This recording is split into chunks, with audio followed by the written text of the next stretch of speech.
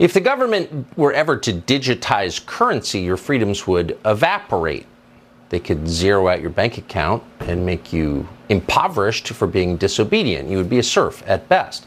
And with that in mind, you should know that central bank digital currencies, CBDCs, are about to become the norm in Europe. The president of the European Central Bank, Christine Lagarde, has just said that Europeans will not be able to use more than $1,000 in cash anymore. Now we have in Europe this threshold. Above 1,000 euros, you cannot pay cash. If you do, you are on the grey market.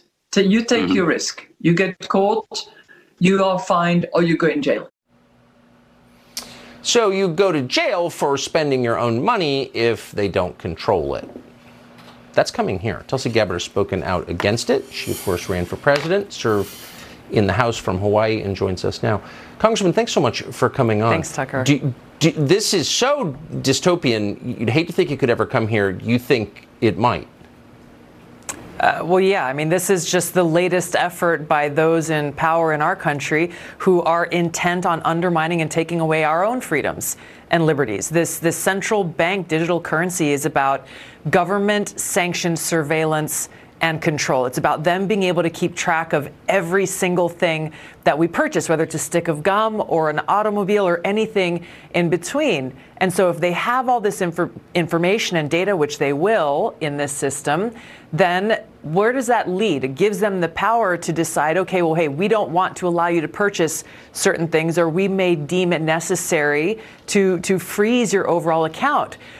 This power and what they can do with it, it's not something we have to imagine. We've already seen how Democrats in Congress, Elizabeth Warren and others, are pressuring credit card companies to code and keep track of any purchase that's made at a store that sells firearms. Why? So that these private companies can then say, hey, this person is purchasing, I don't know what they deem is kind of the threshold, but they will then report that as suspicious activity to law enforcement, and then expect law enforcement to take action and go after the purchases, legal purchases that a private person made. So this all comes back to how you open this. Once we give up our economic autonomy, we no longer have freedom. Once we allow someone else to control our wallet, they then control our freedom. Do you think people understand what this means? It'll be sold, as always, as an effort to push back against terrorism or international financiers or crime or whatever, but do people understand on a gut level what could be coming? I don't think they do, and it's understandable, because if you listen to what the government is telling us, like with all of these other things, whether it's the Patriot Act or the Restrict Act, they're doing the very same thing with this, saying, hey, this is for your own good.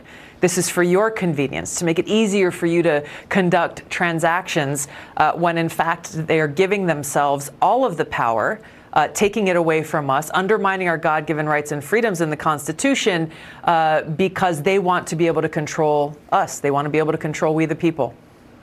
So nicely put. Tulsi Gabbard joining us tonight. Thank you so much for that. Thanks, Tucker.